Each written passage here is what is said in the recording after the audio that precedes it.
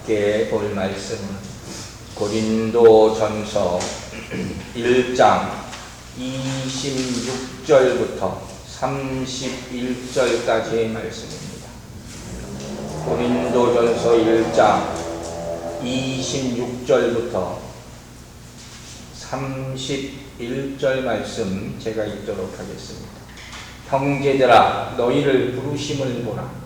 육체를 따라 지혜로운 자가 많지 아니하며 능한 자가 많지 아니하며 문벌 좋은 자가 많지 아니하도다.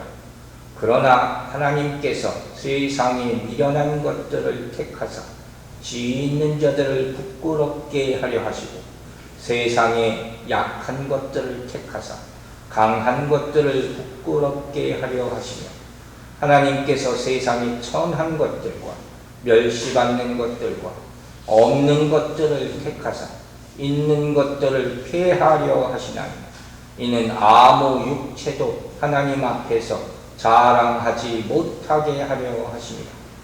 너희는 하나님으로부터 나서 그리스도 예수 안에 있고 예수는 하나님으로부터 나와서 우리에게 지혜와 의로움과 거룩함과 구원함이 되셨으니 기록된 바 자랑하는 자는 주 안에서 자랑하라 함과 같게 하려 함이라. 아멘. 자, 오늘 설교 제목을 자랑하지 말라 이렇게 정했습니다. 좀 직선적인지 모르겠지만 여러분 자랑할 것이 있습니까? 내가 이건 좀 자랑하고 싶다. 우리 교인들은 너무 겸손해요. 그래서 이런 거 안 해. 너무 또 샤이하세요.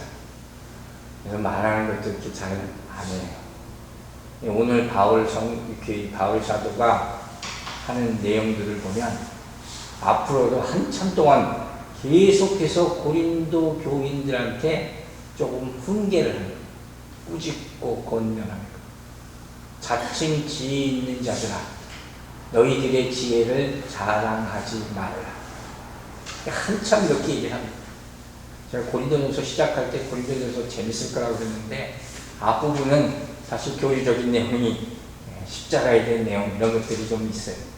대신 이 말씀을 우리가 보면서 또 이런 말이야 그렇게 여기지 마시고 사실 우리에게 주는 말씀, 우리에게 감춰진 교만, 감춰진 자랑 이렇게 참 많거든요.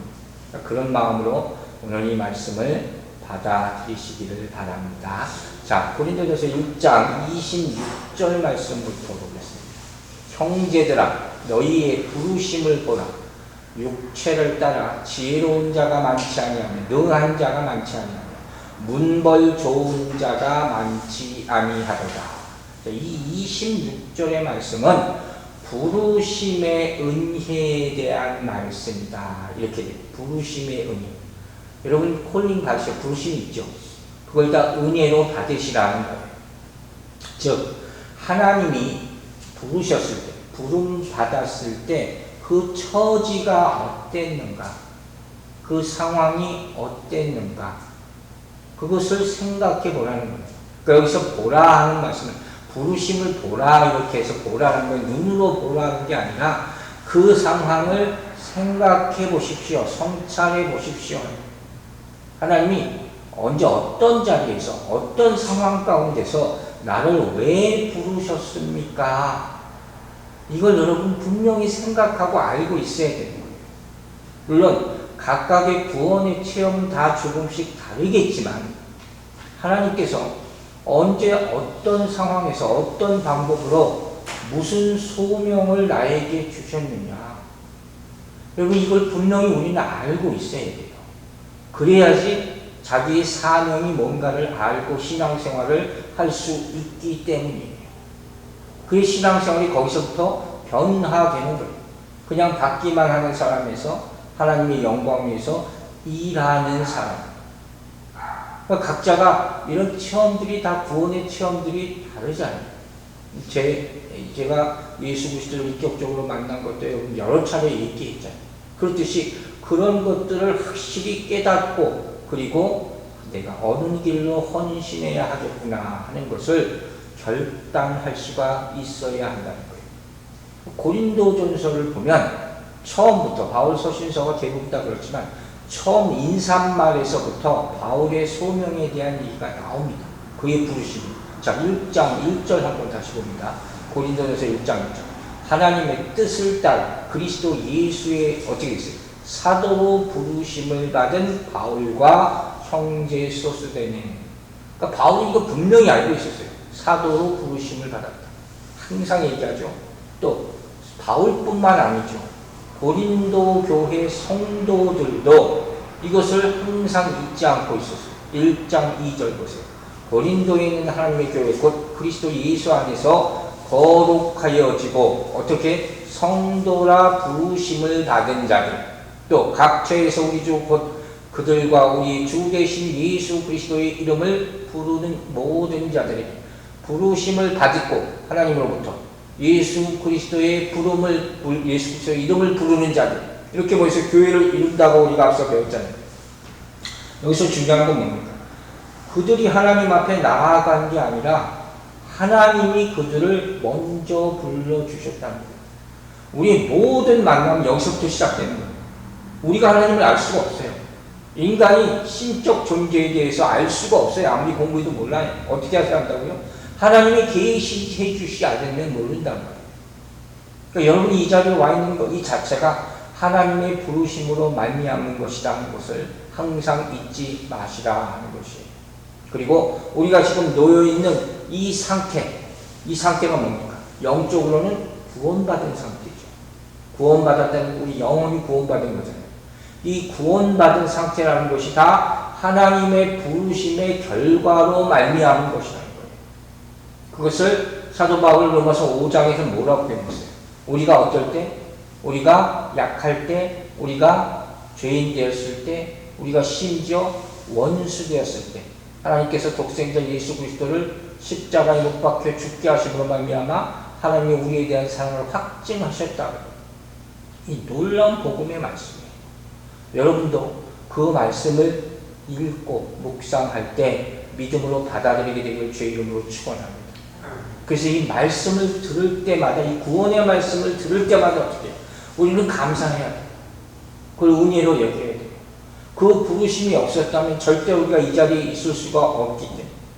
그리고 나서 바울 사도는 고린도 교인들을 일깨워 주기 위해서 고린도 교회 성도들이 구원받을 때 어떤 모습이었나 그것을 정확하게 꼬집어서 얘기를 해주는 거예요. 그걸 뭐라고 얘기했습니까? 육체를 따라 지혜로운 자가 많지 않고 능한 자가 많지 않고 문벌 좋은 자도 많지 않았다. 이 고린도 교회 성도들의 구성이에요. 육체를 따라 지혜로운 자. 그래서 육체를 따라 지혜로운 자는 무슨 의미냐면 그냥 인간적으로 볼 때 세상적으로 볼 때 하는 거예요. 그 교회 고린도 교회 구성원들이 이렇게 지혜가 많은 사람이 그렇게 많지 않았다. 거의 없다시피 했다는 얘기가 아주 소수에 불과했다. 바울이 그렇게 얘기하면 바울이 이 교회를 세웠습니까? 또 능한 자는 영향력을 끼칠 수 있는 사람이에요. 교회 안에서 안팎에서 그런 사람들도 별로 없었다. 세 번째 뭐라고 했어요? 문벌 좋은 사람, 사회적으로 아주 상류 계층에 속한다고 생각되는 엘리트 그룹 그런 사람도 별로 없었다. 그러니까 세상적으로 눈으로 볼 때는 고린도 교회는 지극히 평범한 교회예요. 우리가 앞서 처음에도 배웠지만 고린도 교회 구성원들은 대부분이 어떤 사람이었어요? 노예였다가 자유인이 된 사람들이 참 많았어요. 로마에 있다가 다시 온 사람. 그리고 아주 소상공인들, 수공업자들 이런 사람들이 거의 대부분이었다. 다 그냥 그랬어요. 아주 평범한 사람. 그게 고린도 교회의 구성원들이었다는 거예요. 무슨 얘기를 하라고 하는 거예요? 오늘 설교 제목. 그러니 자랑할 것 없다. 다시 한번 이렇게 콕 집어서 깨우쳐주는 거예요. 별 볼 일 없다. 한국 사람들도 그렇게 가끔 하죠. 뭐 많이 가지고 있는 것, 또 학벌, 또 뭐예요? 가문 이런 거. 그런 거 해요. 어디 출신이다, 어디 출신이다. 저도 처음 미국 갔을 때 제가 서부로 갔었잖아요. 그 정말 제가 그런 얘기 많이 들었어요. 어느 교회 가니까 어느 학교 출신 다 서울대 나왔대. 다. 세상에 서울대 나온 사람이 이렇게 많아. 제가 웃기지도 않았는데 은근히 또 그런 게 있어요. 가문. 우리 집은 양반 가문이다. 뼈대에 있는 가문이다. 저도 옛날에 우리 형사가 밥 먹으면서 얘기하면서 농담 삼아 그런 얘기 한 적이 있어요. 밥 먹을 때 똑바로 앉아서 밥 잘 먹어야 돼. 밥 흘리지 말고 식사하는 예절 매너가 있어야 된다고. 우리 집안이 뼈대에 있는 집안이다. 그런 얘기를 농담 삼아 한 적이 있어요. 그 은근히 한국 사람들 그런 게 있단 말이에요. 내세울 것도 아닌데 괜히 자랑하려는 거 그런 게 있어요. 바울 사도가 이 얘기를 지금 왜 얘기하고 있습니까? 뭘 일깨워주는 겁니까? 중요한 건 이거예요. 하나님의 구원하심, 하나님의 부르심에는 권력이나 출신이나 돈이나 학벌이나 이런 거 전혀 고려의 대상이 되지 않는다는 거예요. 그걸 하나님이 절대로 보지 않으신다는 거예요. 그러니 자랑하지 마. 이 얘기를 하고 계속 그 얘기를 합니다. 마태복음 11장 25절을 보면 이런 말이 있어요. 그때 예수께서 대답하여 이르시되 천지의 주제이신 아버지여 이것을 지혜롭고 슬기 있는 자들에게는 숨기시고 어린아이들에게는 나타내심을 감사하나이다. 여러분 하나님의 귀한 것, 하나님의 복음, 하나님의 구원의 놀라운 역사는 인간이 만든 화려한 것에 있지 않아요. 그걸 깨닫게 되기를 주의 이름으로 축원합니다. 그게 비밀처럼 감춰져 있는 거예요. 교회가 세워진 모습을 성경으로부터 보면 다 평범한 사람들이 구성원이 되어 있어요. 뭐 대단한 사람들 모아가지고 교회를 만든 것이 아니라는 거예요. 여러분 예수님의 제자들부터 그렇죠. 예수님의 12제자 얼마나 평범한 사람들입니까? 평범이하라고도 할 수 있죠. 그럼 바울 같은 사람이 있지 않습니까? 바울을 위해서 어떻게 합니까? 하나님이 완전히 꺾어 낮추셔서 쓰지 않습니다. 우리가 잊지 말아야 될 것이 있습니다. 교회 안에서 혹시라도 내가 저 사람보다는 조금 낫지 이런 생각 가지고 교회에 나온다면 이건 절대로 잘못된 것입니다. 조금도 자랑할 것이 없음을 다시 한번 잊지 않는 여러분들 되시기를 주의 이름으로 축원합니다. 자 이제 고린도전서 1장 27절과 28절 말씀 보겠습니다. 그러나 하나님께서 세상에 미련한 것들을 택하사 지혜 있는 자들을 부끄럽게 하려 하시고 세상에 약한 것들을 택하사 강한 것들을 부끄럽게 하려 하시며 하나님께서 세상에 천한 것들과 멸시받는 것들과 없는 것들을 택하사 있는 것들을 폐하려 하시나니. 이 말씀 목사 우리가 타이틀을 치면서 이런 생각을 해봤어요. 과연 우리는 여기서 어디 속하냐? 여러분 어디 속하는 것 같아요? 그거 한번 꼭 살펴보세요. 나는 이 말 가운데 어디 속하나? 나는 미련한가? 나는 지혜 있는가? 나는 약한가? 강한가? 나는 천한가? 아니면 있는 사람인가? 하나님 앞에서 대답할 수 있어야 돼요.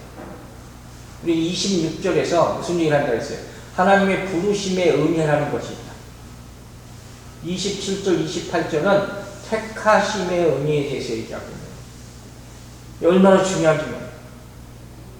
하나님이 우리를 택하셨다. 즉, 여러분, 세상 사람들 다 그러죠. 어디 내가 택함을 받으려고 세상의 기준에 따라서.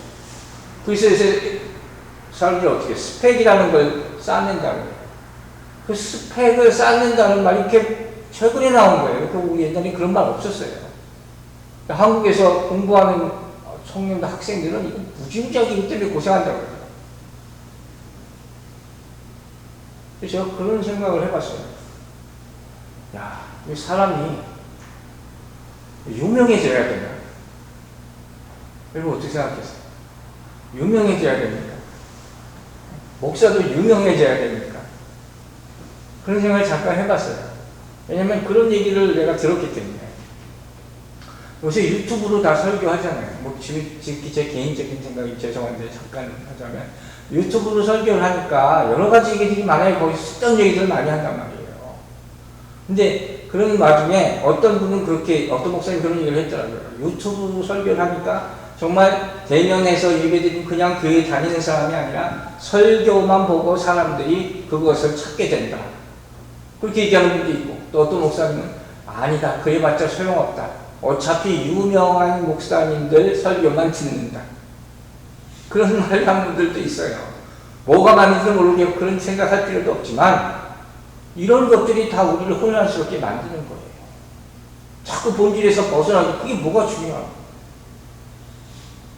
그게 뭐가 의미가 있는 거예요. 하나님의 택하심, 이것만 생각해서 볼 때, 하나님 성경에 나왔을 때 하나님이 어떤 자를 택하시느냐, 우린 이것만 보면 되는 거예요. 근데 이것은 세상의 원리와 기준과 다르다는 거예요. 그럼 과연 하나님은 어떤 사람을 택하셨나? 뭐라고 성경에 얘기해요, 본문이? 미련한 자, 미련한 것. 그럼 미련한 것이 뭔지 아세요? 여기서 말하는 미련한 것. 하나님이 택하신 것이 미련한 것, 미련한 방법이라는 거예요. 십자가예요. 구원하기 위해서 십자가. 세상 사람들이 미련하게 여기는 것이라고 그랬잖아요. 그걸 택하셨다는 거예요. 또 약한 것을 택하셨어요. 세상이 보기에 무시당하는 사람들. 저 뭐 했으나? 이런 사람들을 하나님께서 택하셨다는 거예요. 또 그 다음에 뭘 택하셨어요? 천하고 멸시받는 것. 무가치하게 여겨지는 것. 거들떠도 안 보는 것. 이런 것들, 이런 사람들을 택하셨다는 거예요. 또 한 가지 뭐라고요? 없는 것을 택하셨다. 여러분 이건 뭘까요? 없는 것, 세상이 없는 것. 이건 뭘 의미하냐면 영원이에요. 영원. 세상 사람들은 죽으면 끝이라고 생각하잖아요. 세상 사람들은 영원에 대해서, 영생에 대해서 생각 안 해요. 그러나 하나님은 그것을 택하셨다. 굉장히 중요한 것을 택하신 것이죠. 자, 보세요. 여러분이 사업을 해요. 사업가면 사업을 일으키기 위해서 사람들을 뽑을 거 아니에요. 그럼 어떤 사람을 뽑겠냐는 거예요. 이렇게 미련하고 약하고 미천하고 천대받는 아무것도 없는 사람들 뽑겠습니까? 어떤 사람들을 뽑겠냐는 거예요. 세상에 이 기준으로 가는 거예요. 그러나 하나님은 어떤 사람들 뽑았어요? 세상이 생각하는 사람들과 반대, 전혀 반대의 사람들을 불러서 택하셨다. 이걸 여러분들이 은혜로 받아들이게 되길 주의 이름으로 축원합니다. 이걸 가장 먼저 내가 느껴야 되는 거예요. 왜 나 같은 사람을 택해 주셨을까? 물론 처음 은혜 받고 구원 받았을 때 그럴 수도 있지만, 그리고 없어지는 사람들이 너무 많잖아요. 다 잊어버리는 사람. 순간순간마다 내가 하나님 앞에 있다는 것을 은혜로 생각하고 택함 받았다는 것을 감사할 수 있는 여러분 되시기를 주의 이름으로 축원합니다. 이 은혜에 이르는 길이라는 게 뭐예요? 세상의 총명, 세상의 지혜, 세상의 능력을 통해서 은혜를 받는 것이 절대로 아니라는 것을 다시 한번 일깨워 주는 것이죠. 그런 의미에서 이 본문에 나오는 이 택하사라는 말은 하나님이 특별한 목적을 가지고 있다는 거예요. 세상과 다른 방법으로 택하신 거잖아요. 그럼 그분만의 목적이 있다는 거예요. 자, 여러분 생각해 보세요. 하나님이 뭔가를 선택하시는데, 사람을 택하시는데 그 기준이 뭘까요? 그 기준이 뭐겠어요? 세상의 선택 기준이 능력이라면 하나님의 선택 기준은 사랑이라는 거예요. 그분이 사랑이 하지 않으셨으면 나를 택할 이유가 없어요. 세상은 비교하잖아요. 하나님은 사랑하시는 거예요. 세상은 쓸모 있느냐 없느냐 그걸 봐요. 하나님은 가치를 생각하는 거예요. 이렇게 틀려요. 그러니까 하나님의 선택 기준과 세상의 선택 기준이 항상 부딪힐 수밖에 없다는 거예요. 우리는 그 가운데 선택받았다는 것을 정말로 감사하고 있는 거예요. 하나님의 선택 기준은 세상에서 소위 말하는 강자들, 힘센 사람들, 자칭 승리하는 사람들, 그 사람들의 논리에서는 완전히 배제된 그런 사람들이에요. 쓸모없이 여기는 사람들. 세상에서 강한 사람들, 자기들과 비슷한 사람들을 뽑아요. 더 강한 그룹을 만들려고 한다는 거죠. 그러나 하나님은 어떤 사람을 뽑았어요? 천하고 멸시받는 이들을 선택하셨어요. 왜 그러셨는지 아세요? 모든 사람들이 다 소중하다는 것을 일깨워 주기 위해서. 이게 하나님의 선택 방법이에요. 우리는 내 마음에 맞는 사람들만 필요하지만 하나님은 모든 사람들 다 하나님의 자녀로 여기심을 믿으시기 바랍니다. 그래서 하나님의 선택 기준, 이 진정한 삶의 기준은 무엇이냐? 세상은 사람을 수단으로 여겨요. 그러나 하나님은 사랑이다. 그 사랑으로 하나님을 만나는 여러분 되시기를 주의 이름으로 축원합니다. 자, 그렇다면 도대체 하나님께서는 어떤 목적을 가지고 이런 미련하고 약하고 천하고 멸시받고 없는 사람들을 택하셨나요? 어떤 목적을, 뭘 하기 위해서? 이걸 설명하기 위해서 바울 특유의 방법이죠. 대조를 합니다. 자, 먼저 이렇게 나왔어요. 지혜 있는 자들을 통해서 강한 것들을 부끄럽게 하게 하십니다. 그래서 부끄럽게 한다는 말은 뭐냐면, 지금 고린도 교회를 빗대서 얘기하잖아요. 고린도 교회 교인들이 스스로 자기들이 지혜 있다고 생각했잖아요. 그러다 보니까 그 결과가 뭐예요? 서로 분열되는 거예요. 나도 지혜 있고 너도 지혜 있고 하다 보니까. 이렇게 된 모습을 나중에 가서 볼 텐데, 언제? 종말의 때라는 거예요. 지금 종말론적인 얘기를 하는 거예요. 그때 자기들이 이렇게 스스로 지혜 있다고 했던 것에 대해서 정말 수치스럽게 느끼게 될 날이 올 것이다. 그걸 미리 얘기해 주는 거예요. 그때 못 알아듣는 거죠. 그게 문제죠. 또 뭐라고 표현합니까? 있는 것들을 폐하려 하신다. 이게 무슨 소리예요? 이건 심판하시겠다는 거예요. 마지막에 가서 다 쓸데없는 선택 기준을 가지고 자기 자랑을 했던 자들을 반드시 심판하신다. 하나님의 선택 기준에서 벗어나는 것은 여러분 다 심판의 대상이 되는. 이게 무슨 말씀이에요? 내 마음대로 절대로 택해서는 안 된다. 우리가 세상의 기준을 가지고 서로 평가하고 서로 우습게 여기고 차별하고 이런 것들이 얼마나 많은지 몰라요. 절대로 그런 모습이 나타나지 않게 되기를 바랍니다. 그럼 바울 사도가 지금 교훈을 주는 거예요. 우리가 한번 예화를 하나 인용할게요. 오래된 예화인데 어느 교회에 장로님 한 분이 계셨대요. 이 장로님이 고위 공무원이고 또 아주 높은 지위에서 모든 사람들이 부러워할 만한 그런 위치에 있는 그런 분이세요. 그리고 재산도 뭐 물려받은 재산이 많고 남부럽지 않죠. 교회에 헌금도 많이 하셨나 봐요. 누구도 교회 안에서 누구도 이 장로님에서 뭐라고 하는 사람이 없었다. 그런 분이 계셨는데 그 교회에 또 권사님 한 분이 계셨어요. 남편이 일찍 여의고 혼자서 자식 둘을 키우고 말년에 병을 얻어가지고 거동도 제대로 못 하시는 그런 권사님이 그 교회에 계셨어요. 그래서 몸이 너무 이제 연약해져가지고 주일만 어떻게 나오시다가 주일도 못 나오는 그런 일이 생긴 거예요. 너무 안 좋으셔서 몸이 아프셨어요. 그래서 목사님하고 장로님하고 성도들이 그 권사님 신방을 간 거예요.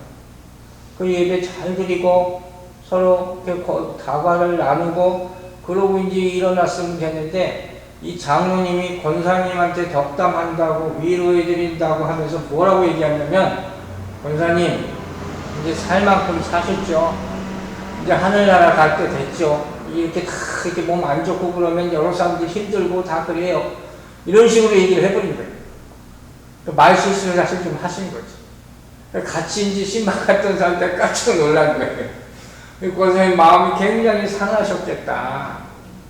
그래서 조심스럽게 이제 권사님이 쳐다보니까 이 권사님이 이렇게 살살 웃으시면서 이렇게 말씀하십니다. 하나님은 저에게 물질과 건강을 주시지 않았습니다. 하나님은 저에게 가난과 질병을 주셨습니다. 그런데 내가 가난하다 보니까 가난한 사람의 마음을 잘 알 수 있습니다. 내가 병이 깊이 들다 보니까 병든 사람의 처지를 더 이해할 수 있게 되고 그들에 대해서 기도할 수 있게 됐습니다. 그리고 이렇게 교회도 못 나가고 집에서만 있게 되니까 기도할 시간이 더 많아졌습니다. 이제는 그게 하나님의 부르심인 줄로 알고 그렇게 지내고 있습니다. 장로님은 권세도 있고 돈도 많고 능력도 있고 하니까 그 하나님이 주신 것을 가지고 더 많은 사람을 돕고 계시겠죠. 이렇게 얘기했답니다. 그 얘기를 듣고 장로님이 얼굴이 벌개져가지고 크게 회개하고 돌아갔다 하는 그런 말씀입니다. 그럼 하나님은 누굴 과연 쓰실지 한번 생각해 보세요. 잠언을 보면 3장 34절에 이런 말이 있습니다. 진실로 그는 거만한 자를 비웃으시며 겸손한 자에게 은혜를 베푸시나니. 여러분, 하나님의 말씀은 누가 듣습니까? 교만을 꺾어야지 하나님의 음성이 들릴 줄로 믿으시기 바랍니다. 그래서 바울을 보면 구원받은 후 그 잘났던 사람, 그 사람이 어떻게 돼요? 완전히 변하고 나서 배설물처럼 돼요. 자신의 학식과 능력과 모든 것을 다 배설물처럼 돼요. 여러분, 이게 보통 얘기가 아니에요. 우리 묵상에 가도 과연 내가 그걸 완전 쓰레기같이 다 버릴 수 있느냐. 그 인간이 하기가 쉬운 거 아니에요. 근데 그 일을 이루니까 비로소 어떻게 해요? 하나님의 계시 음성을 듣기 시작했다. 우리도 그런 은혜 안에 들어가게 되길 주의 이름으로 축원합니다. 여러분, 고린도 교회 성도들에게 지금 바울이 하는 얘기가 그런 거예요. 하나님의 부르심이라는 게 있잖아요. 우리 구원받으면 우리 신분이 변하잖아요. 하나님의 자녀라는 신분을. 믿으시죠? 그게 얼마나 중요한 거예요. 그런데 또 하나 항상 걸리는 게 뭐냐면 사회적인 신분이라는 거예요. 그게 항상 부딪혀요. 그 갈등에 대해서 바울 사도가 아주 예리하게 얘기하고 있는 거예요. 근데 예수님이 이 땅에 오셨을 때는 뭐예요? 이런 사회적인 계급, 이걸 완전히 뒤집어 버렸어요. 그러기 위해서 오셨어요. 세례 요한의 때부터. 예수님은 세상에 오실 때 사실 굉장히 혁명적인 모습으로 오셨다는 거예요. 그걸 우리는 예수 믿는 사람들은 항상 받아들이고 생각하고 있어야 돼요. 누가복음 1장 51절부터 53절까지 이런 말씀이 있습니다. 자, 보세요. 그의 팔로 힘을 보이사 마음의 생각이 교만한 자를 흩으셨고 권세 있는 자를 그 위에 내리치셨으며 비천한 자를 높이셨고 줄이는 자를 좋은 곳으로 배불리셨으며 부자를 공수로 보내셨다. 빈손으로 보내셨다는 거예요.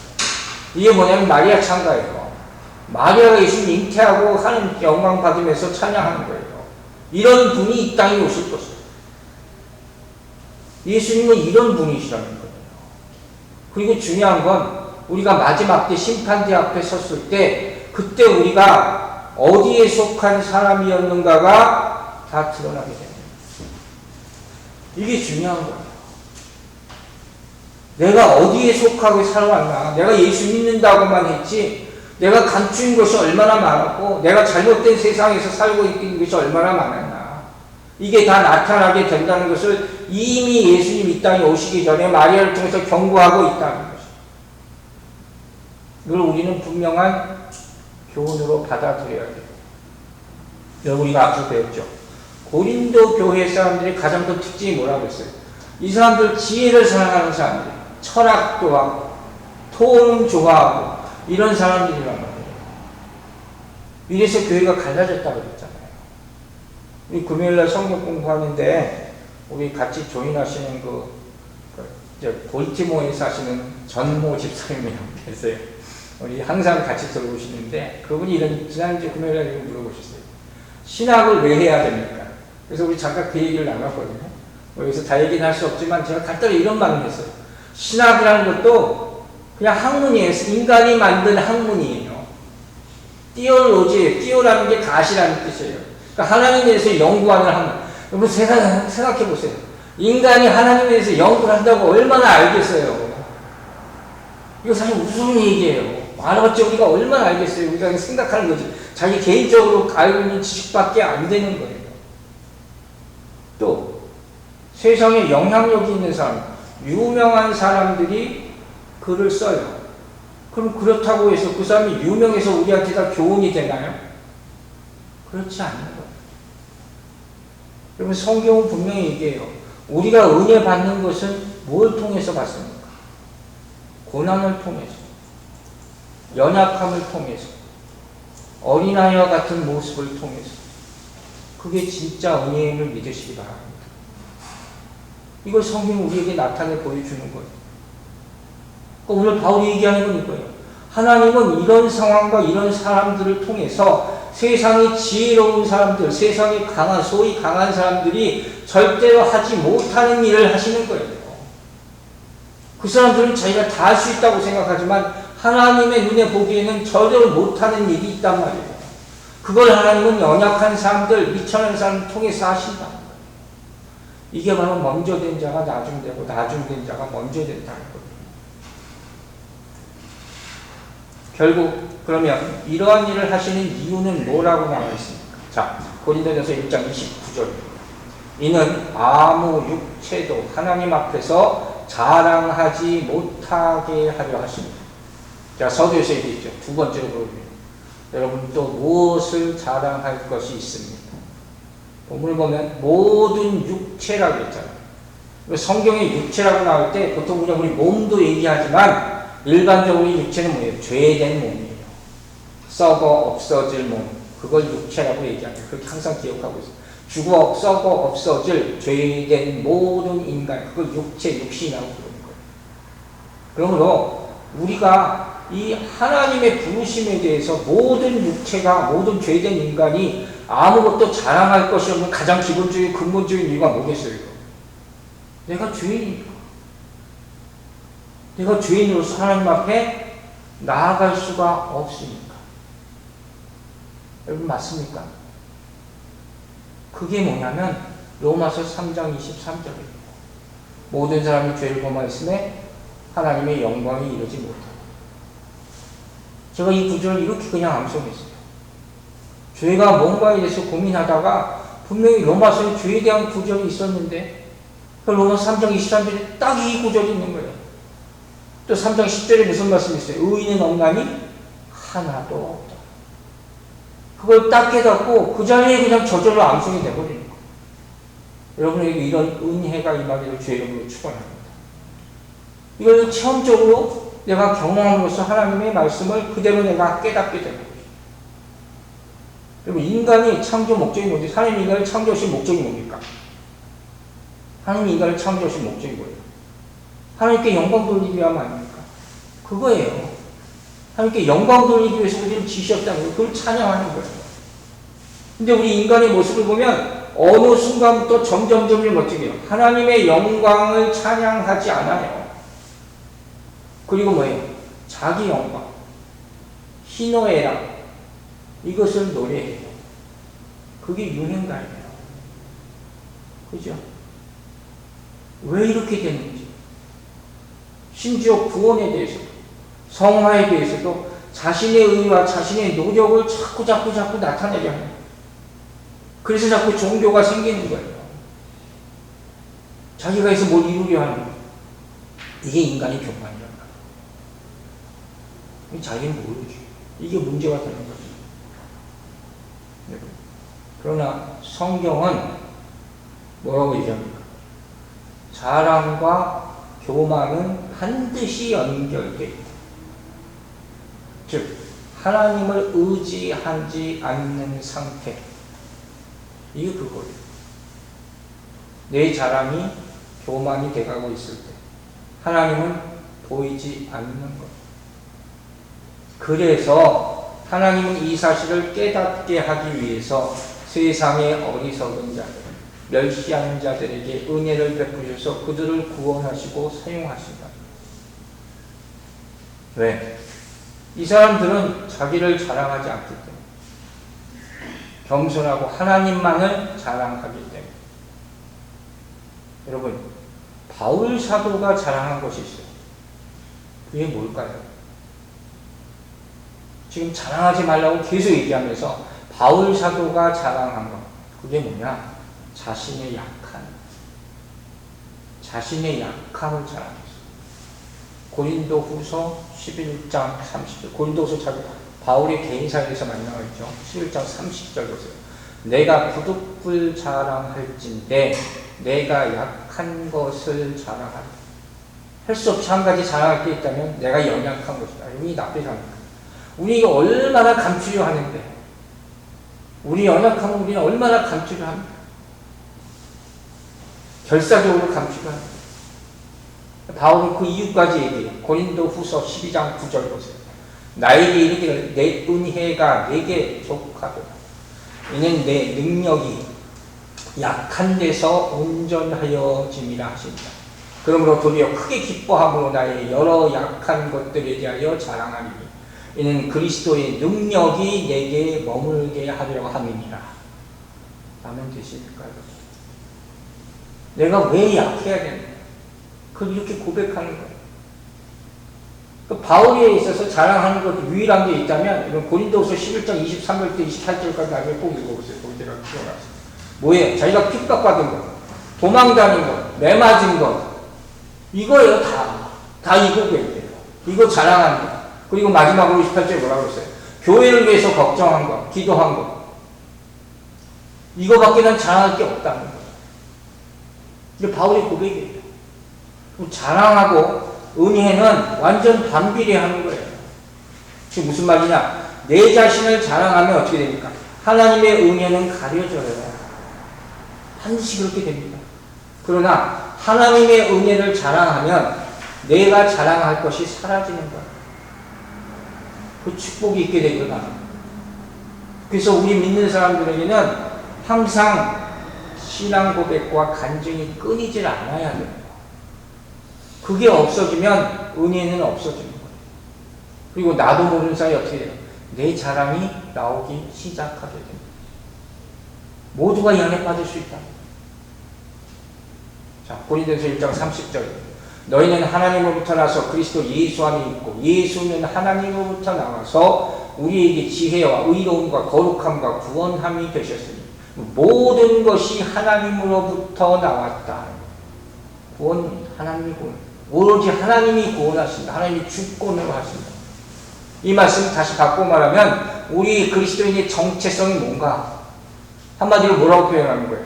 하나님께로부터 나와서 그리스도 안에 있는 자. 이렇게 표현하는 거예요. 당신은 뭐 하는 사람입니까? 나는 하나님으로부터 구원받아서, 부르심을 받아서 구원받아서 하나님의 자녀들로서 예수 그리스도 안에 있는 자. 이게 우리의 정체성이란 말이에요. 여기서 예수 안에 있다는 건 뭘 의미하겠습니까? 주님과 항상 친밀하게 영적 관계를 가지고 있음으로 말미암아 거룩한 삶을 살게 되는 거예요. 그게 예수 안에 있는 거예요. 예수 안에 있다는 건 하나님의 통치권이에요. 하나님의 보호를 받는 거예요. 보호를 받는 거. 그런 말미암아 모든 유혹과 사단의 공격으로부터 나를 지킬 수 있는 거예요. 여러분, 우리가 그리스도인으로서 힘을 낼 수 있는 것은 오로지 주님 안에 있을 때임을 믿으시기 바랍니다. 우리가 말씀이 우리를 지배할 때 그때 우리가 오로지 거룩한 삶을 살 수 있게 되는 거예요. 또 한 가지 우리가 예수 그리스도 안에 있다는 건 뭡니까? 예수 그리스도와 연합한다고 했죠. 그래서 중요한 거죠. 고난도 영광도 함께 합니다. 이게 그리스도 안에 있는 거예요. 그리고 이제 신앙 고백이 이렇게 합니다. 그리스도는 우리를 위한 하나님의 지혜고 의고 거룩함이고 구원이 되신다. 놀라운 신앙 고백. 예수를 정말 만난 거죠. 여기서 말하는 지혜는 고린도 교인들이 좋아하는 세상의 지혜가 아니죠. 십자가의 복음을 깨닫는 그 지혜. 그 지혜를 말합니다. 그러니까 바울이 얘기하는 거예요. 구원이라는 것은 예수 그리스도를 통해서 이루는 하나님의 사랑이에요. 우리가 할 것은 오로지 그것을 은혜로 믿음으로 받는 것뿐이다. 이걸 믿는 사람이 그리스도입니다. 마지막 31절 보겠습니다. 기록된 바 자랑하는 자는 주 안에서 자랑하라 함과 같게 하려 합니다. 기록된 바, 그래서 이미 이루어진 말씀, 있는 말씀이죠. 그게 뭐냐면 예레미야서예요. 예레미야서 9장 23절, 24절을 읽겠습니다. 여호와께서 이와 같이 말씀하시되 지혜로운 자는 그의 지혜를 자랑하지 말라. 용사는 그의 용맹을 자랑하지 말라. 부자는 그의 부함을 자랑하지 말라. 자랑하는 자는 이것으로 자랑할지니 곧 명철하여 나를 아는 것과 나 여호와는 사랑과 정의와 공의를 이 땅에 행하는 자인 줄 깨닫는 것이라. 나는 이 일을 기뻐하노라. 여호와의 말씀이니라. 우리가 자랑할 것이 무엇인지 확실히 말씀으로 숙지하게 되길 바랍니다. 생각해 보세요. 우린 피조물이잖아요. 하나님이 우리를 만드셨는데 우리가 그 만들어진 몸을 가지고 하나님 앞에서 내가 뭘 자랑할 게 있습니다. 이렇게 말할 수 있습니다. 말도 안 되는 소리죠. 그 자체가 우스운 얘기죠. 그러나 그래도 자랑하려 하면 어떻게 하는 거예요? 주 안에서 하라. 이 말은 주 안에서는 해도 된다는 얘기가 아니라 주님만 자랑. 우리를 거듭나게 하신 주님만 자랑하는 여러분들 되시기 바랍니다. 결론적으로 오늘 말씀은 우리가 스스로 돌아보면서 가장 기본적으로 가져야 될 신앙의 모습을 얘기하는 거예요. 우리가 혹여나 잘못해서 내가 스스로 자랑하는 자가 된다면 믿음을 계속적으로 지킬 수가 없게 됩니다. 이게 두려운 거예요. 반대로 말하면 믿음을 지키기 위해서 내 안에서 자기 자랑을 다 버려야 한다는 거예요. 우리 성화의 과정 가운데 꼭 필요한 그런 과정. 제가 2번에 걸쳐서 물어봤습니다. 여러분 자랑할 것이 무엇이 있습니까? 더 잘 아실 거예요. 명예, 물질, 지위. 우리가 가졌다면 여러분 얼마나 많이 가졌겠습니까? 얼마나 많이 가지고 있겠습니까? 그 모든 것을 가진 솔로몬도 결국 헛되고 헛되다. 이렇게 고백합니다. 항상 문제는 어디서부터 나온다고요? 고린도 교회 샘플로 가서 내가 더 낫다. 내가 더 가졌다.